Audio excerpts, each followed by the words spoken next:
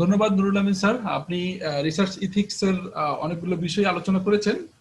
আপনি রিসার্চের সাথে সম্পর্কিত অনেক বিষয় তুলে ধরেছেন আর কি। তো আসলে আমরা এখানে যাদেরকে অনলাইনে ফ্রি ট্রেনিং দিচ্ছি, একেবারেই যারা নতুন, মানে যাদের গবেষণায় জিরো নলেজ, তারা যাতে কিভাবে গবেষণা শুরু করবে, বিভিন্ন টুলস টেকনিক এবং কিভাবে তারা অ্যাপ্রোচ হবে, এই বিষয়গুলো আমরা তুলে ধরতেছি। তো রিসার্চ ইথিক্স কিন্তু একটু উপরের লেভেলের বিষয়, তারপরে আমরা শুরুতে আলোচনা করতেছি এই কারণেই যে আমরা একটা কথা জানি, কাঁচায় নানওয়ালে বাস, পাকলে করে ঠাস ঠাস। এই জন্য রিসার্চ মানে শুরু করার আগে যদি ইথিক্যাল অথবা ইথিক্স এর ব্যাপারটা ক্লিয়ার হয়ে যায়, পরিষ্কার হয়ে যায়, তখন আমি হয়তোবা এগুলো ফলো করে কাজ করলে আমার যে সমস্ত প্রবলেম আপনি আলোচনা, আমাদের নুরুল আমিন স্যার আলোচনা করেছে, যে আরেকজন রিসার্চ কপি করে পাবলিশ করা অথবা আরেকজনের পিএইচডি থিসিস সাবমিট করে পিএইচডি ডিগ্রি নেওয়া, এগুলোর কারণে নেক্সট টাইম প্রচুর মানে প্রবলেম ক্রিয়েট হয় এবং তার ক্যারিয়ারের জন্য বড় একটা মানে কি বলো চুনকালি অথবা খারাপ বিষয় কনসিডার করা হয়। তো যত রিসার্চের ইথিক্স এর ব্যাপার রয়েছে, এর মধ্যে খুবই ক্রুশাল এবং খুবই ডেঞ্জারাস হচ্ছে প্লাজারিজম, যেটা হচ্ছে আরেকজনের মানে রিসার্চ কপি করা। তো আজকে আমি প্লাজারিজমের উপর বিস্তারিত আলোচনা করবো। এর মধ্যে প্লাজারিজম কি, বিভিন্ন ধরনের প্লাজারিজম, কিভাবে কমন টাইপস অফ প্লাজারিজম গুলো আমরা অ্যাভয়েড করতে পারি, এবং প্লাজারিজম ডিটেকশন এবং ডিটেকশনের বিভিন্ন টুলস রয়েছে, সেগুলোর প্র্যাকটিক্যাল ইউজ, সেগুলো আমি দেখাবো, এবং কিভাবে প্যারাফ্রেজিং করে সেটা আমি দেখানোর চেষ্টা করবো ইনশাআল্লাহ। তো আমি একটু একটু করে শুরু করতেছি। প্রথম হচ্ছে ডেফিনেশন অফ প্লাজারিজম। তো আমি মেরিয়াম ওয়েবস্টার ডিকশনারিতে সার্চ দিলাম প্লাজারাইজ বলতে আসলে কি বোঝায়। তো according to the Merriam Webster online dictionary, to plagiarize means to steal and pass off the ideas or words of another as one's on.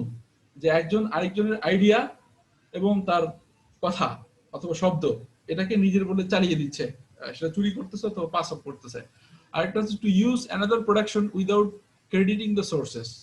আমি আরেকজনের প্রোডাকশন, আরেকজনের আইডিয়া অথবা আরেকজনের লেখা অথবা আরেকজনের, আমরা অনেক সময় মনে করি যে লেখাই শুধু প্লাজারিজম। তো আসলে আরেকজনের প্রোডাকশন বলতে সে তার লেখা হতে পারে, তার ফিগার হতে পারে, যে কোনো কিছুই কিন্তু মানে প্লাজারিজম কনসিডার করা হয়। তো আমি সেটা আমার পেপারে অথবা আমার হিসেবে আমি দাবি করলাম, কিন্তু তাকে আমি ক্রেডিট দিলাম না। অরিজিনাল যার মানে বিষয়টা যার, তাকে আমি ক্রেডিট না দাও, এটা হচ্ছে প্লাজারিজম। প্লাজারাইজ বলে টু কমিট লিটারারি থেফট, মানে সে ইচ্ছা করেই তার জিনিস চুরি করেছে, এটা তো অবশ্যই এটা প্লাজারিজম হবে। To present as a new and original an idea or product derived from an existing source. Already একটা মানে প্রোডাক্ট অথবা একটা আইডিয়া অলরেডি আছে, তারপর আমি এটাকে নিউ এবং অরিজিনাল বলে চালিয়ে দিলাম, নিজের বলে চালিয়ে দিলাম। তো এই সবগুলো বিষয়কে আমরা আসলে বলবো যে এই চারটা অ্যাক্টিভিটি যদি কেউ করে, সে হচ্ছে প্লাজারাইজ করেছে। তো in other words, plagiarism is an act of fraud. এটা একটা আসলে কি বলবো, মানে ফ্রড কাজ, ভুল কাজ।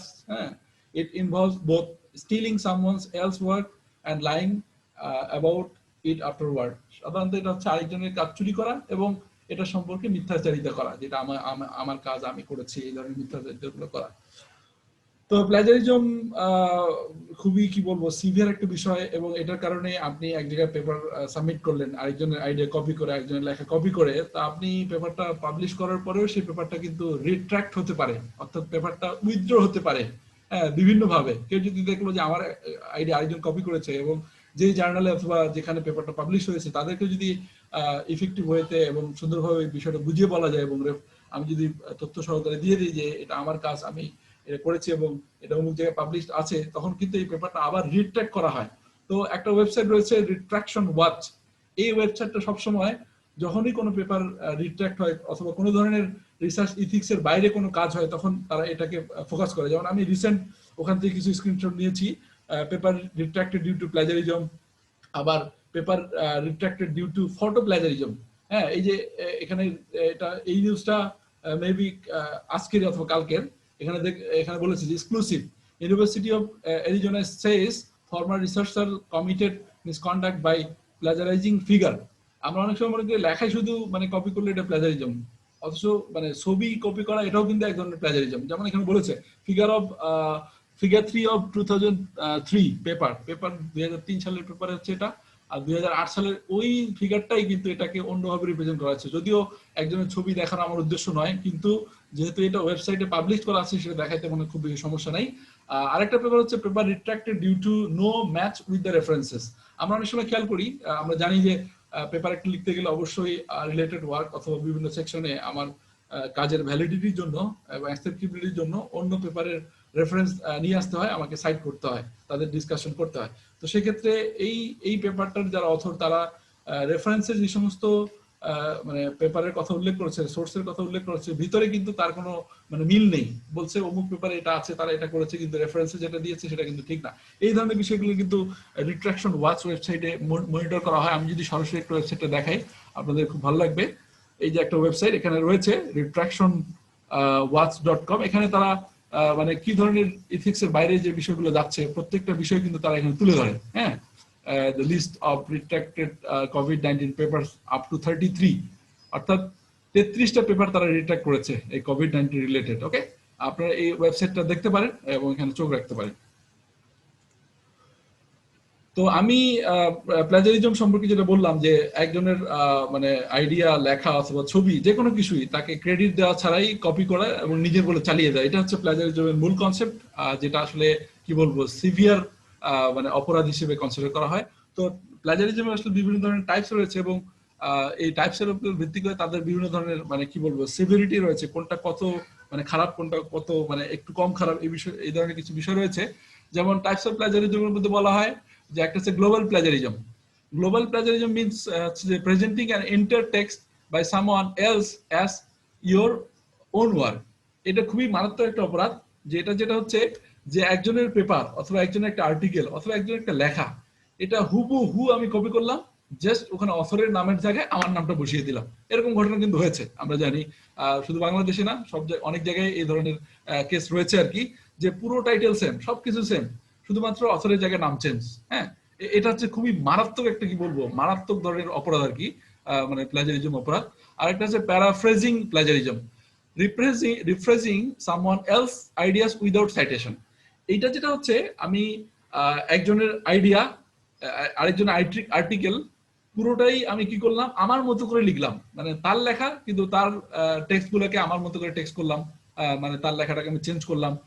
I have done this work, আরেকজন লিখলো this work is done by me, মানে দিস কাইন্ড অফ মানে প্যারাফ্রেজিং করে সে এটাকে চালিয়ে দিল, অথচ অরিজিনাল যে সোর্স তাকে কোনো ধরনের যদি মানে সাইট না করে অথবা তাকে অ্যাকনোলেজ না করে, সেটা হচ্ছে কি প্যারাফ্রেজিং প্লাজারিজম। এটাও কিন্তু সিরিয়াস অপরাধ এবং মানে সিরিয়াস প্লাজারিজম হিসেবে কনসিডার করা হয়।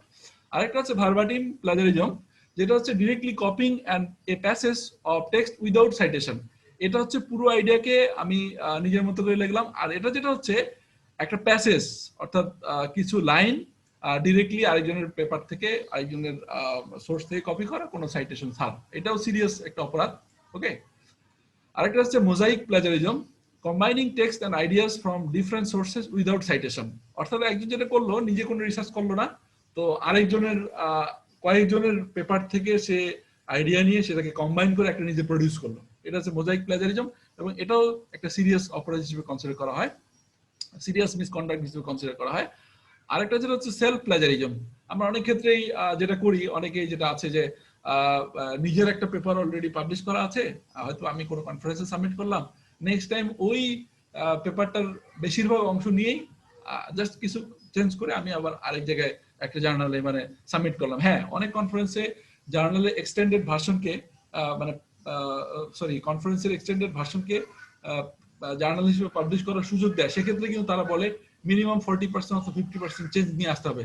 অনেকে কিন্তু এই কাজটা করে না, একই কাজ দেখাচ্ছে সে কনফারেন্সে পাবলিশ করেছে, জাস্ট কিছু মাইনর মডিফিকেশন করে সেটাকে মানে জার্নালে সাবমিট করেছে, সেটা পাবলিশ করেছে।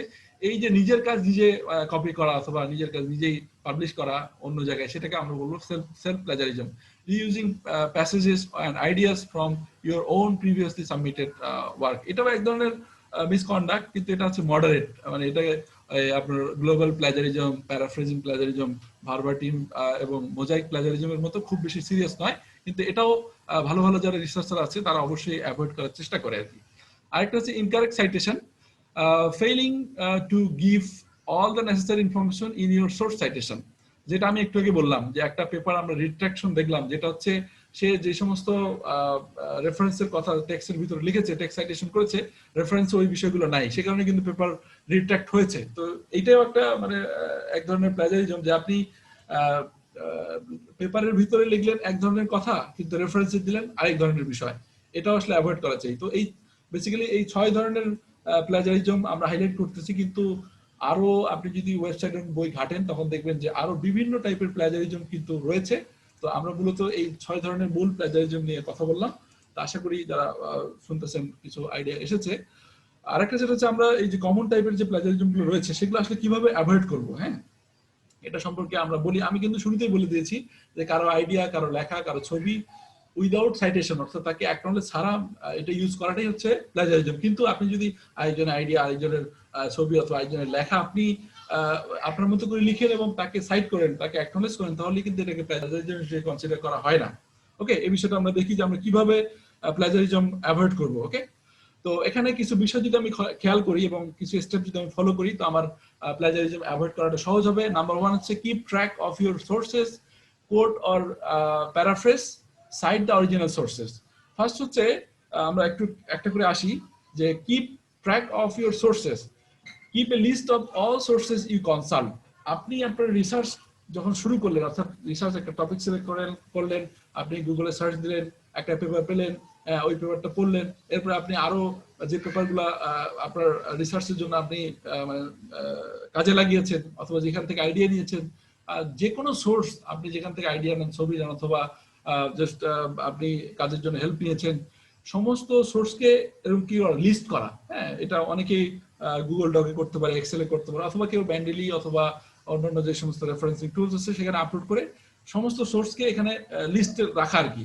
Sources include websites, videos, magazines etcetera. এটা ওয়েবসাইট হতে পারে, ভিডিও হতে পারে, ম্যাগাজিন হতে পারে, হ্যাঁ, যে কোনো কিছু থেকে আপনি কোনো কিছু নিয়েছেন সেটা আপনি লিস্ট করে রাখেন। Note down sources just in case, even if you are not sure you will use them.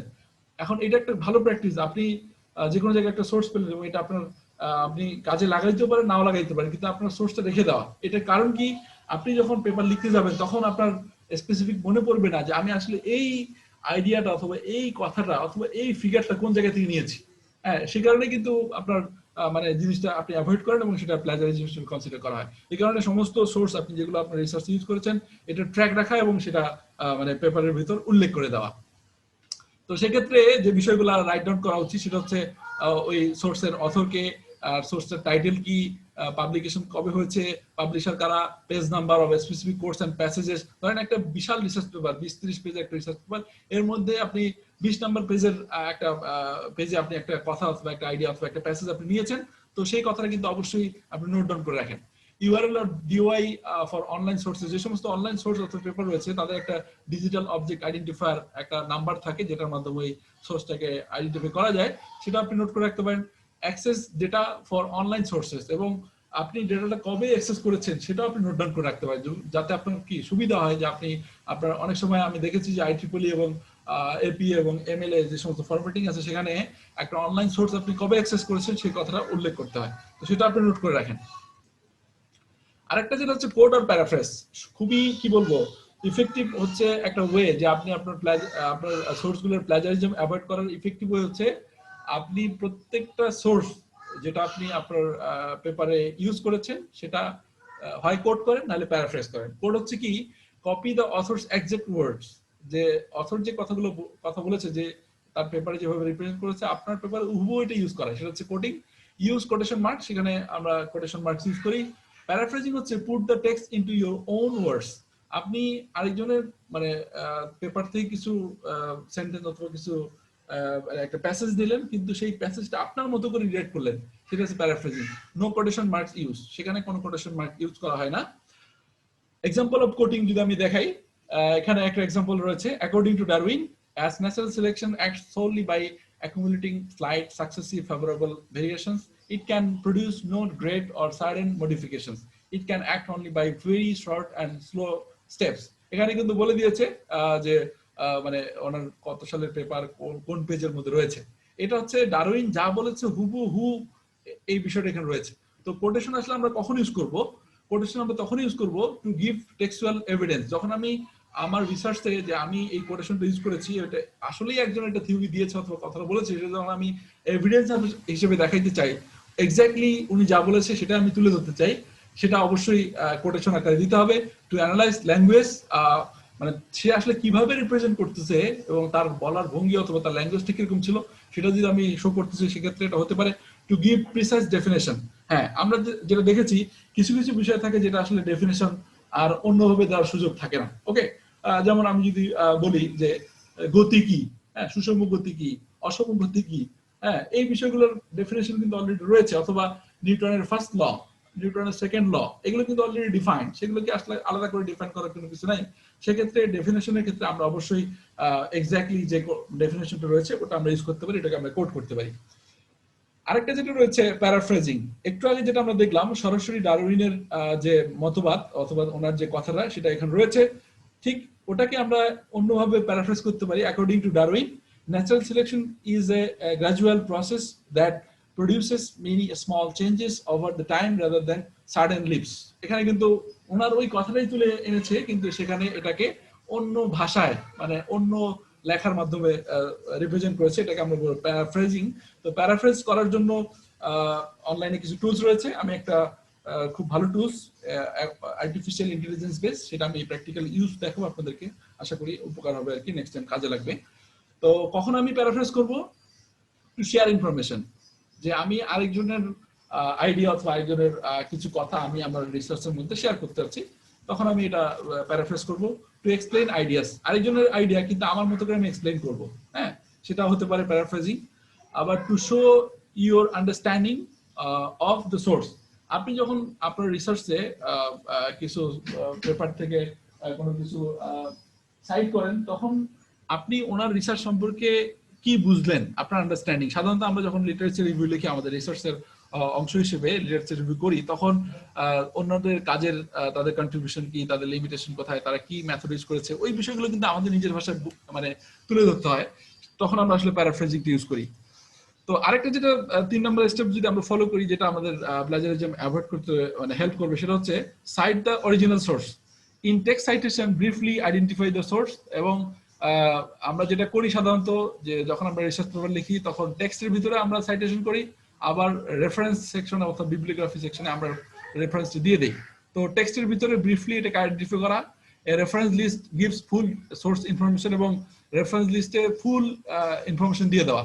Follow A consistent citation style, সাধারণত আমরা যেটা বলি যে আপনি একই ধরনের সাইটেশন স্টাইল ফলো করেন, হয় আপনি এপিএ ফলো করেন, আমেরিকান সাইকোলজিক্যাল অ্যাসোসিয়েশনের যে ফরম্যাট আছে সেটা, অথবা মডার্ন ল্যাঙ্গুয়েজ অ্যাসোসিয়েশন এমএলএ সেই ফরম্যাট ফলো করেন, অথবা শিকাগো অথবা আইট্রিপলি, অথবা স্পেসিফিক যে জার্নাল আপনি সাবমিট করতেছেন সেই জার্নালের ফরম্যাটিং আপনি ফলো করেন। Online citation জেনারেটরস can help. আমরা দেখেছি আমাদের একটা লেকচার ছিল রেফারেন্সিং টুলস এন্ড টেকনিক্স, সেই লেকচারের মধ্যে আমরা বিভিন্ন ধরনের রেফারেন্স জেনারেটর সম্পর্কে বলেছি, সেটা আপনারা সেই লেকচারটা দেখে নিতে পারেন। এবং বিভিন্ন ধরনের অনলাইন সাইটেশন জেনারেটর রয়েছে, সেটা ইউজ করলে সাইটেশন করাটা ইজি হয়। তো আমরা এখানে একটা এক্সাম্পল দেখিয়েছি যে টেক্সটের ভিতরে কিভাবে সাইটেশন করব, এবং রেফারেন্সের লিস্টে কিভাবে আমরা সাইটেশনটা ফুল ডেসক্রিপশন দিব। এখানে আমরা টেক্সটের ভিতরে জাস্ট ব্রিফলি আইডেন্টিফাই করি যে স্পিন অ্যান্ড থমাস 2018 সালের সেই পেপারটা, এবং পেজ নাম্বার 34 থেকে 36 এর ভিতরে এই কথাটা রয়েছে। এবং রেফারেন্স লিস্টে আমরা ফুল ওর কোথায় পাবলিশ হয়েছে, কত সালে পাবলিশ হয়েছে, এবং প্রেস কারা, এসবই আমরা দিয়ে দিই এখানে। ওকে, তো এইগুলো আসলে প্লাজারিজম অ্যাভয়েড করার জন্য কিছু টেকনিক। তো সাধারণত যেটা করা হয়, যখন আপনি কোনো জার্নাল অথবা কোনো কনফারেন্সে আপনার রিসার্চ পেপার সাবমিট করবেন, তো প্রথমেই যিনি রিভিউয়ার অথবা জার্নালের এডিটর, উনি যেটা করবে আপনার ম্যানুস্ক্রিপ্ট নিয়েই কোনো একটা সফটওয়্যারে উনি দিয়ে দিবেন। হ্যাঁ, এখন অনেকগুলো প্লাজারিজম ডিটেকশন সফটওয়্যার রয়েছে, এর মধ্যে খুবই পপুলার হচ্ছে গ্রামারলি, টার্নিটি, আইথেন্টিকেট, অনেক সফটওয়্যার রয়েছে। আমি কিন্তু কারো ব্র্যান্ডিং করতেছি না, কিন্তু আমরা যে সমস্ত সফটওয়্যার ইউজ করি এবং আমরা জানি সেগুলো হচ্ছে এই 3টা সফটওয়্যার। এবং আপনি যখন পেপার সাবমিট করবেন, অবশ্যই উনি প্লাজারিজম চেক করে নিবেন। এবং অনেক মানে জার্নালের স্পেসিফিক রুলস রয়েছে, যে তারা 30% বেশি প্লাজারিজম থাকলে, অর্থাৎ সিমিলার কন্টেন্ট থাকলে ওনারা এটা অ্যাকসেপ্ট করবে না। আইট্রিপলি একটা মানে তাদের একটা গাইডলাইন রয়েছে। তো এইটা একটা বিষয় যে আপনি আপনার পেপারটা যখন কোথাও সাবমিট করবেন, তার আগে যদি আপনি নিজেই প্লাজারিজম চেক করে যে সমস্ত জায়গায় প্লাজারিজম আসতেছে সেই কথাটা আপনার নিজের মতো লিখে আপনি যে সমস্ত সোর্স থেকে প্লাজারিজম দেখাচ্ছে সেই সোর্স থেকে সাইট করে দেন, তখন কিন্তু প্লাজারিজমটা অ্যাভয়েড করা তুলনামূলক সহজ হয়। তো